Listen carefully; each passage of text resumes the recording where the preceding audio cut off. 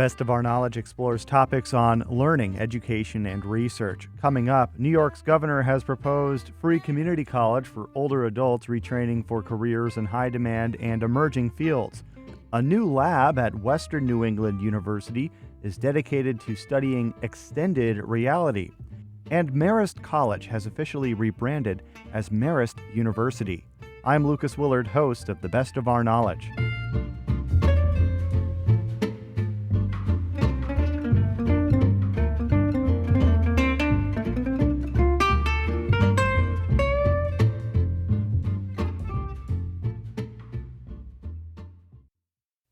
You're listening to The Best of Our Knowledge. I'm Lucas Willard.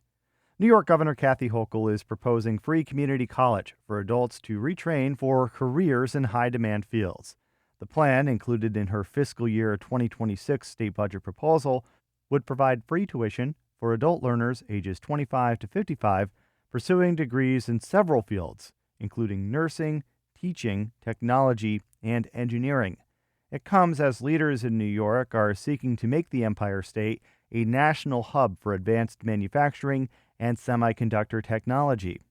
State University of New York Chancellor John King, a former U.S. Education Secretary under President Obama, is standing behind the proposal.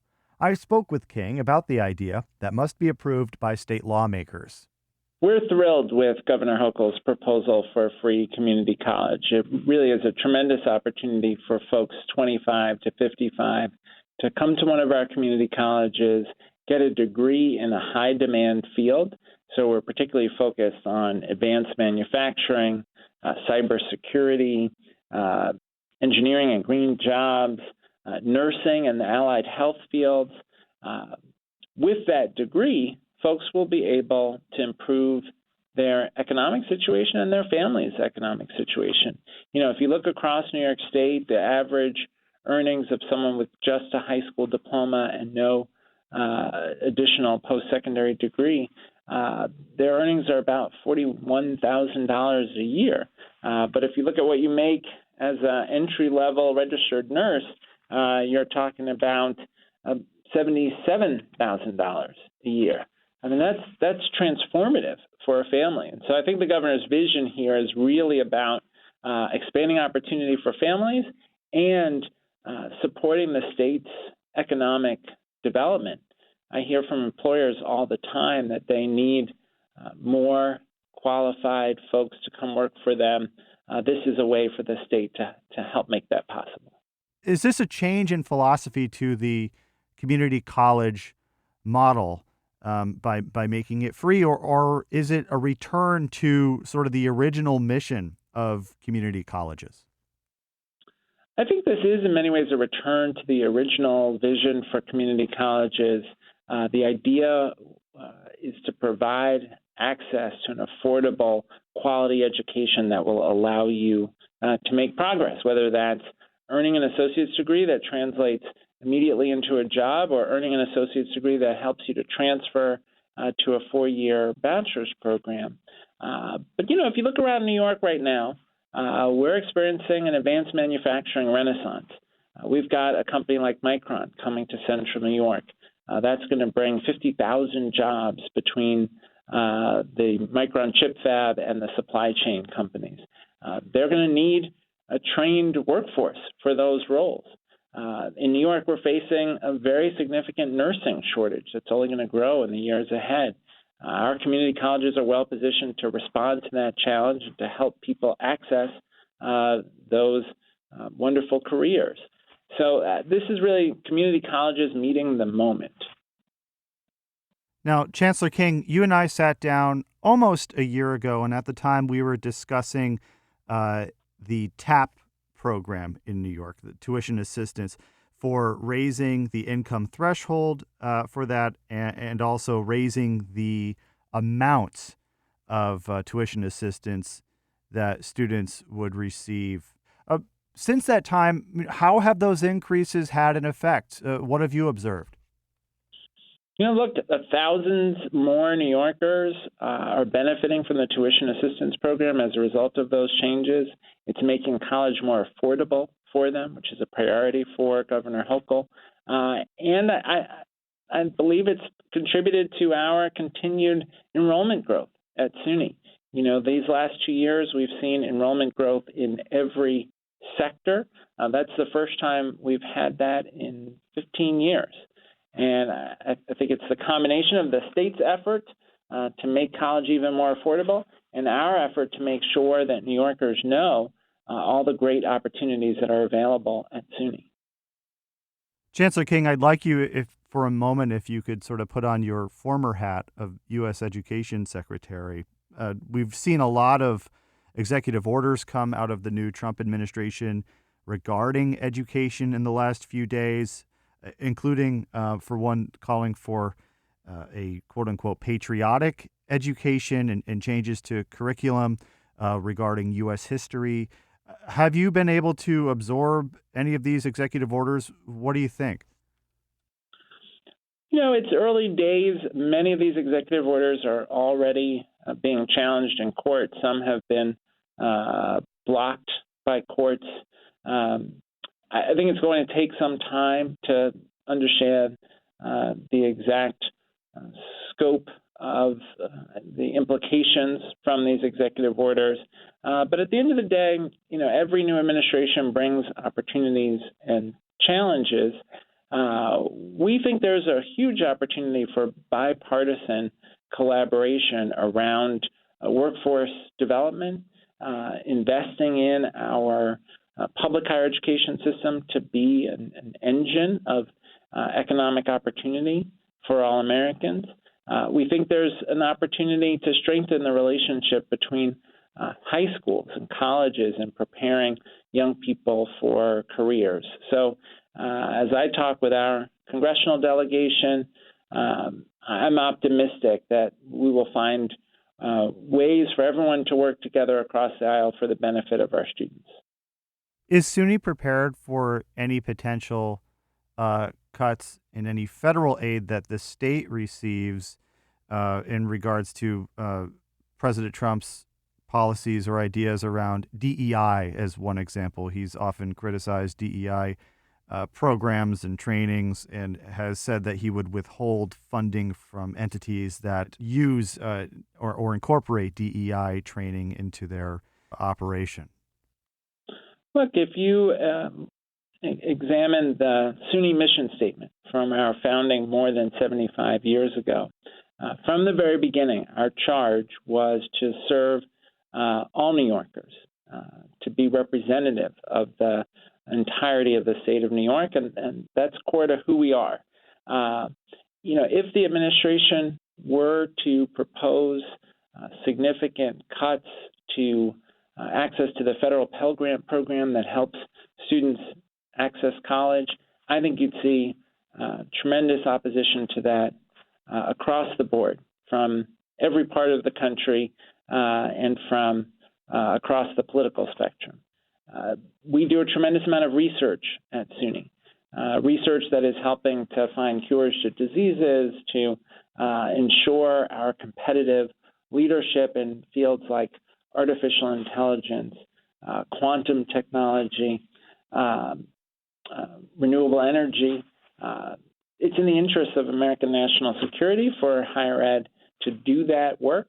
I think if you were to see efforts to cut those investments, again, you'd have tremendous opposition across the political spectrum.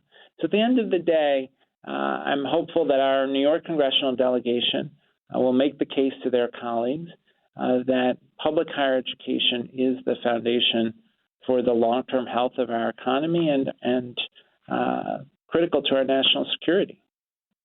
And recently we saw a freeze and an unfreeze and a lot of confusion over federal grants that have already been approved by Congress. And I think it's safe to say it's unclear right now about what will happen with the Trump administration's approach to distributing federal funding. But are there any interruptions that you foresee, or even this most recent threat of an interruption? Did that sort of gunk anything up in the works for how New York State and SUNY receives funding? Look, there's a lot of fear and concern from our faculty about the recent actions from the administration.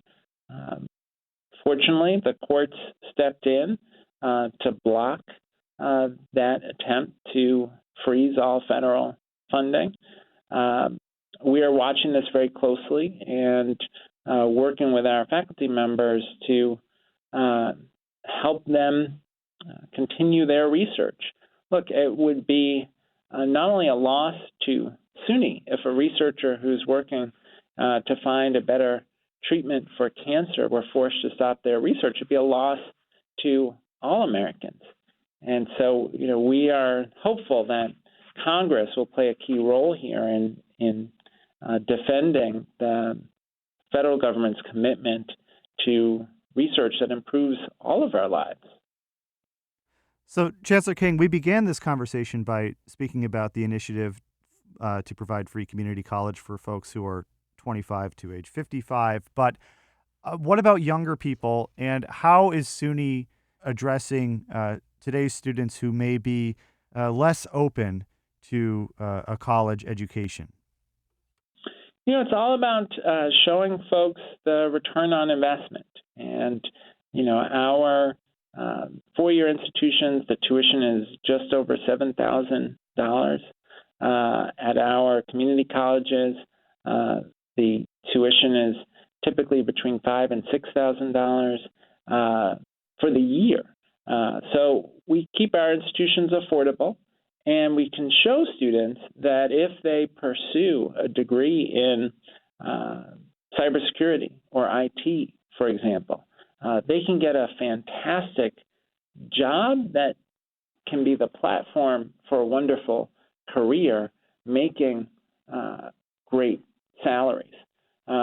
We can show students that if they pursue training in an area like veterinary technicians, they can, again, have very good earnings and a very satisfying career. So we spend a lot of time making sure that students understand that value proposition. And we do a lot to partner with our high schools. We have a lot of dual enrollment programs across the state where students actually begin taking college classes while in high school. And the governor, in her budget, committed additional funding to support intensive college-high school partnerships, an early college model. We also have our P-TECH schools where students are earning a high school diploma, an associate's degree, and through work with an employer partner, are first in line for a job when they graduate. And that's across a number of industries, from healthcare to advanced manufacturing to technology. So we're working hard to show folks the value proposition of higher education. And just going back to the state budget, is there anything else, Chancellor King, that you are excited for in the budget proposal? A couple things that I'd highlight. One, the governor provided permanent funding for an initiative called ASAP and ACE. These are wraparound support programs that have been proven in randomized controlled trials around the country. They've been shown to dramatically improve college persistence and completion. We were able to launch ASAP and ACE programs at 2-year and 4-year institutions because of transformation funding the governor provided 2 years ago. We are scaling the programs to 25 of our campuses, but that was one-time money. And in the budget this year, the governor included permanent funding for ASAP and ACE, as well as funding that will put us on the path to grow the program from about 4,300 students now to 10,000 students over the next 2 years. So we're very excited about that because it's very important that we make sure the students who start finish with a meaningful degree. We were also very excited to see the governor's commitment to an innovation and laboratory fund to support our capital needs at our research-intensive institutions.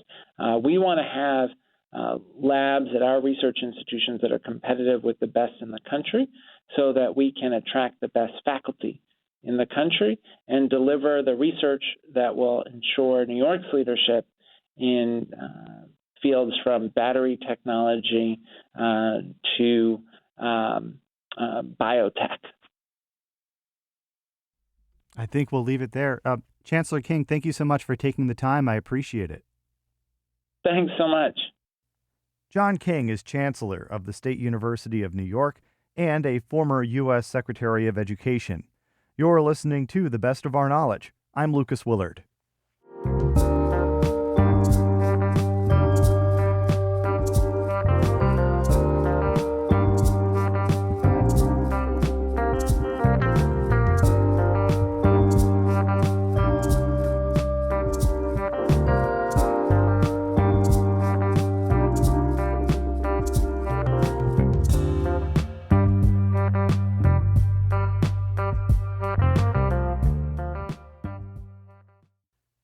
This is The Best of Our Knowledge. You've probably heard of virtual reality, but what about extended reality? The new XR lab at Western New England University in Springfield, Massachusetts, wants to put cutting-edge tech in the hands of students and faculty. WAMC's Pioneer Valley Bureau Chief James Polyologopoulos reports. Nestled deep in the D'Amour Library is WNE's new XR Lab, a hub decked out with virtual reality headsets, monitors, and spaces designed to enhance education. Robert E. Johnson is president of the university. The XR Lab will allow students to live concept rather than theoretical. And I think that is really, really, really important. This is more than just a lab. It is a hub for innovation, collaboration, and leadership. It positions WNE at the forefront of immersive technology, ensuring our students are ready to lead and thrive in an evolving world. Johnson spoke before a ribbon-cutting Friday. Already up and running, the room features about a dozen laptops with monitors and chairs sectioned off by tape, space for users to stand or sit in and interact with the haptic tech. The equipment, which includes MetaQuest headsets as well as VR platforms like NVIDIA's Omniverse, has been on the market for a while now. Their integration at Western New England is the product of a collaboration between the university and technology partner Link to VR, a company overseen by WNE alumnus Edward Zemba. This is an extended reality lab, so it's as opposed to just a virtual reality lab, which again, nothing wrong with that. We've stood those up too. Virtual reality labs are only for VR. This is an extended reality lab, so this actually is going to give access to the community and to the students of Western New England, virtual, mixed, augmented reality supported with AI solutions, all in one lab. The AI component was on full display during demonstrations. Many of the stations sport a platform known as Body Swaps, a VR-based platform for soft skills training through AI-driven simulations, according to the university. Those simulations can vary from public speaking engagements to job interviews, with AI-controlled characters gauging and reacting to the user's actions. The user can also review their own actions after the fact. According to Dr. Marcus Davis, Dean of the College of Arts and Sciences, as well as Director of the XR Lab, it's that review that can provide some of the most valuable learning experiences for students, building those soft skills while providing a space where the stakes are low, but the takeaways can be high. Let's say you screw up, you can replicate it. You can also go back into the environment after you've done the module and see yourself presenting and study it and see were you using your hands correctly, what did your argument look like. And so gamifying these professional environments is an exciting skill set. It's used all over industry in areas such as where you might be trying to learn how to work in a hazardous environment, such as in an engineering area or with hazardous equipment. Think about surgeons, for example, that can work in a virtualized environment before they're working with actual patients, which of course is dangerous, risky to the health of individuals. Davis says there's plenty of potential to apply the technology. The programs and platforms that make up XR can mean entrepreneurial students practicing interpersonal and marketing skills, or law students possibly refining their litigation strategies in moot court simulations. For now, the lab's rollout continues. The dean tells WAMC that as of this semester, 7 faculty members across disciplines are planning to integrate the lab in some way, including body swaps. Already, communications and psychology faculty appear to be on board, he says. Kaylee Godek is a junior majoring in sports management with minors in communications and athletic coaching. She tells WAMC her journalism class will be using the lab soon. We don't fully know what we're going to be doing with it, but probably using the body swaps, which has been used in a lot of the people that have been using it today. So it's just a really cool thing, like to practice your public speaking, interviews, different things like that. It's just a really cool thing with it. Davis says while the lab is starting at a moderate size, he anticipates more disciplines joining in by fall, with the hope to see various computer science and engineering courses getting in on the lab, in addition to potential research activity. By way of disclosure, Western New England University hosts WAMC's Pioneer Valley Bureau, with members of the station participating in its journalism-related courses. Reporting from Springfield, this is James Polyologopoulos at WAMC's Pioneer Valley News Bureau on the campus of Western New England University.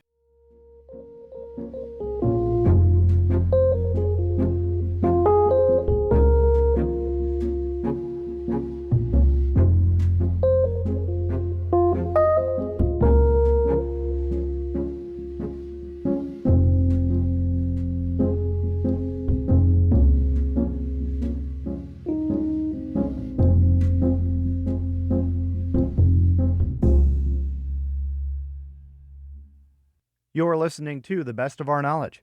I'm Lucas Willard. Marist College, a private institution in New York's Hudson Valley, is officially Marist University. The university celebrated the name change in late January. WAMC's Hudson Valley Bureau Chief Jesse King has more. 3, 2, 1.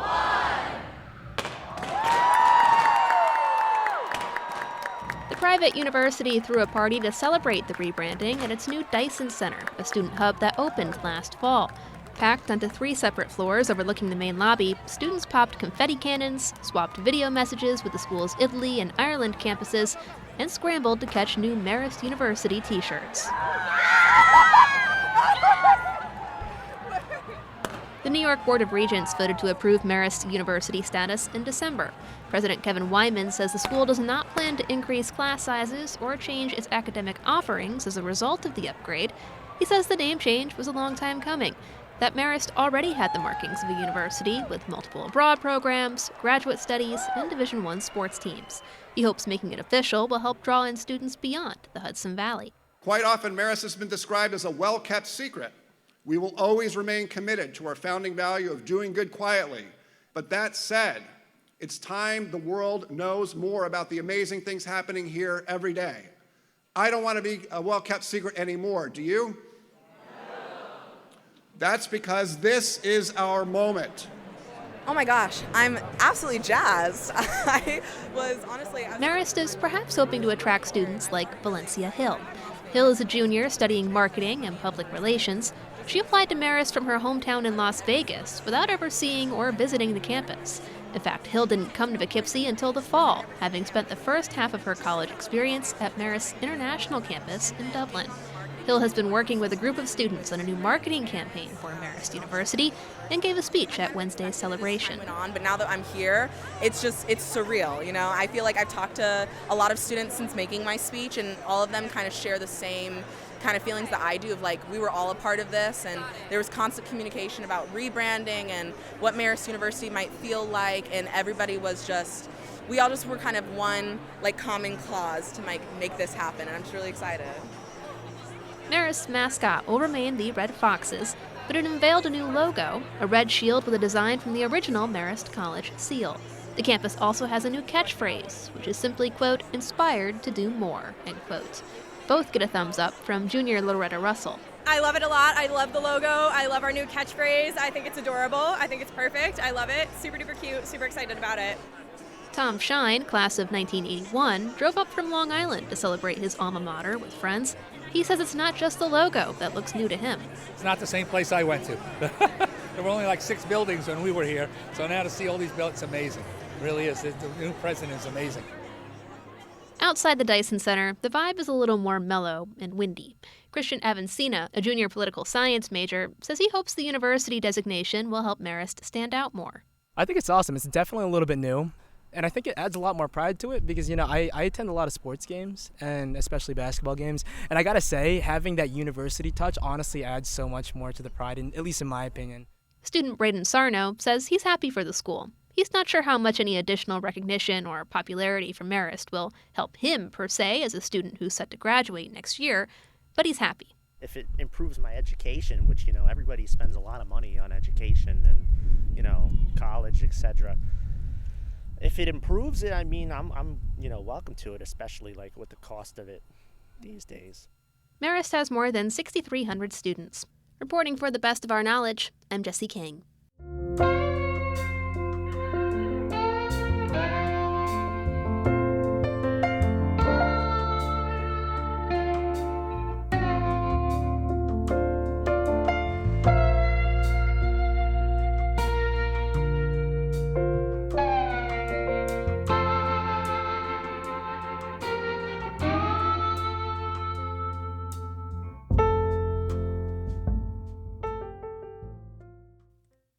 Coming up on the next episode of The Best of Our Knowledge, we'll learn about ancient tattoos. A new study used laser technology to illuminate the preserved skin of Peruvian mummies, revealing tattoo designs 1,200 years old. Here's a clip of Tom Kay, a researcher from the Foundation for Scientific Advancement in Sierra Vista, Arizona. So we looked at hundreds of tattoos, and the designs were quite varied. It was not like they had the same logo, Nike logo, on every one of these tattoos. They were as varied as the individuals were from what we saw. The ones we examined in particular, one of them looked like fish scales. They had little triangles all next to each other and connected at the corners. Another one we looked at was on the hand, and it had a vine motif on it with kind of leaves coming off of it. And the third one we looked at was just on the knuckle of the finger, and it was just straight lines kind of very close together. So we didn't see anything that I could tell with my eye. There was kind of an overarching theme from these tattoos, and they were quite varied. That's Tom Kay from the Foundation for Scientific Advancement. You can hear more on the next episode of The Best of Our Knowledge. If you'd like to tell The Best of Our Knowledge what you think, send us an email at knowledge@wamc.org. You can listen to The Best of Our Knowledge anytime as a podcast, downloadable wherever you get your podcasts. If you want to catch up on past episodes or hear more WAMC National Productions programs on the news, academic study, books, women's issues, the media, and the environment, visit WAMCpodcasts.org.